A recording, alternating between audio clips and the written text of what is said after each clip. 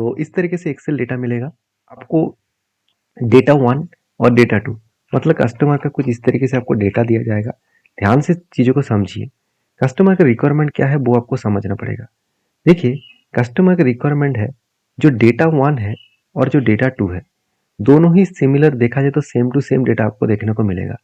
मगर दिक्कत वाला बात यही है कि डेटा वन में जो इनवॉइस नंबर है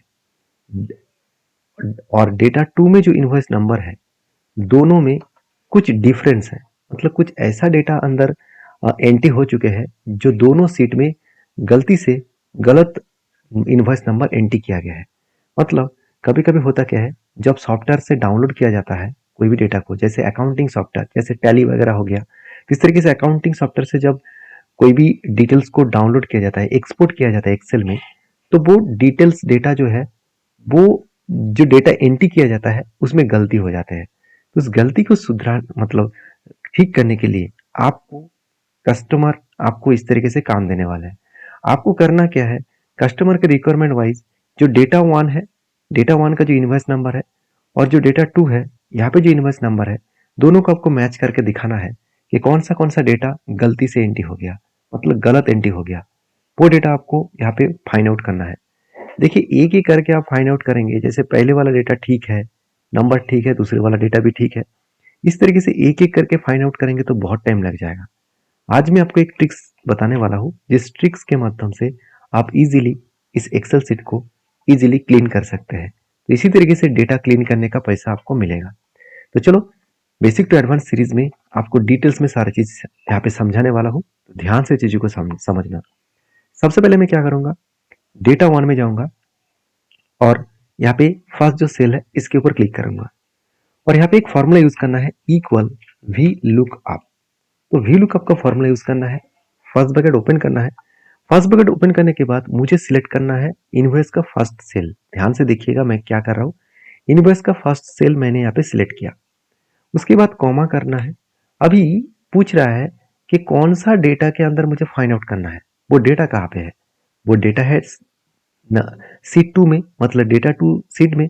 तो मुझे जाना है डेटा टू में। ध्यान से देखना, वी लुकअप का फॉर्मूला यूज किया, उसके बाद मैंने क्या किया, इनवॉइस नंबर चूज किया, उसके बाद कॉमा दिया, उसके बाद डेटा टू चूज किया और डेटा टू चूज करने के बाद मैंने क्या किया, पूरा डेटा को यहाँ पे सिलेक्ट कर लिया।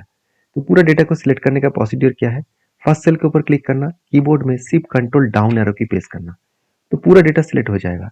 अभी देखिए सिलेक्ट हुआ कि नहीं हुआ वो आपको यहाँ पे दिख जाएगा। तो यहाँ पे आपको दिख जाएगा, देखिए A1 से लेकर G502 तक सिलेक्ट हो चुके हैं। तो अभी करना क्या है, A1 से लेकर 502 तक आपको यहाँ पे इस डेट मतलब ये जो फॉर्मूला यहाँ पे सिलेक्ट किया गया है, इसको आपको फ्रीज करना है। फ्रीज करने का मतलब आपको कीबोर्ड में F4 पेस्ट करना है।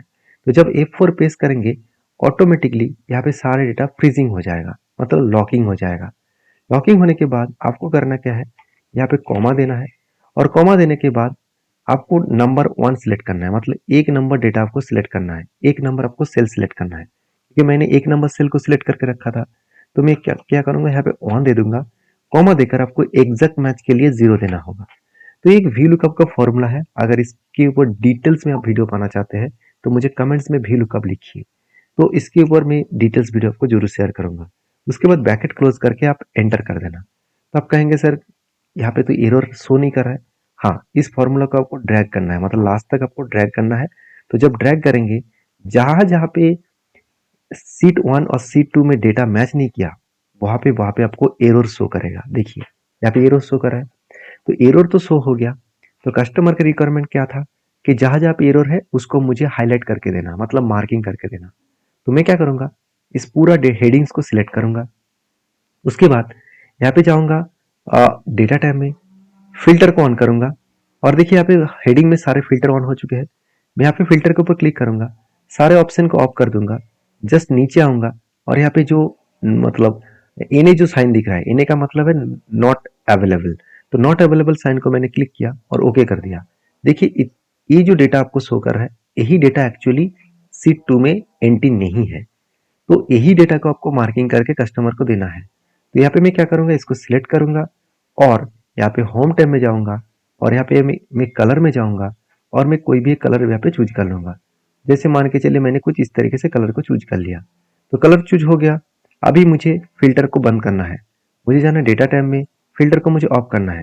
तो अभी देखिए इजीली अगर मैं इस डेटा को डिलीट भी कर दूं तो आप इजीली समझ पाएंगे कहाँ कहाँ पे एरर है, क्योंकि यही डेटा कस्टमर को डालना है। देखिए बीच बीच में कहाँ पे एरर था, आप एक एक करके ढूंढते रहेंगे तो बहुत टाइम चला जाएगा। तो यहाँ पे मैंने एक ट्रिक्स यूज किया, जिस ट्रिक्स के माध्यम से पूरा डेटा को फिल्टरिंग करके मैंने मार्किंग कर लिया, और यही डेटा कस्टमर को भेजना है, जिसके लिए आपको अच्छा खासा पैसा वो देने वाले हैं। तो ये सारे डिटेल्स मैंने आपको डिटेल्स में समझा चुका हूँ, और वीडियो अच्छा लगे तो प्लीज एक लाइक कर देना। और हाँ, इस एक्सेल सीट को मैंने डाउनलोड सेक्शन में दे दिया, जाकर डाउनलोड करना, प्रैक्टिस करना, क्योंकि प्रैक्टिस करना बहुत जरूरी होता है। किसी भी काम पाने के लिए आपको चीज़ों को प्रैक्टिस करना होगा। तो पहले प्रैक्टिस करिए, उसके बाद कोई भी डाउट हो तो मुझे कमेंट्स करिए। और हाँ, आप basic to advance level Excel को सीखना चाहते हैं तो B2A नहीं तो बेसिक टू एडवांस जरूर कमेंट्स में लिखिए। वीडियो अच्छा लगे तो मिलते हैं नेक्स्ट वीडियो में, तब तक के लिए धन्यवाद।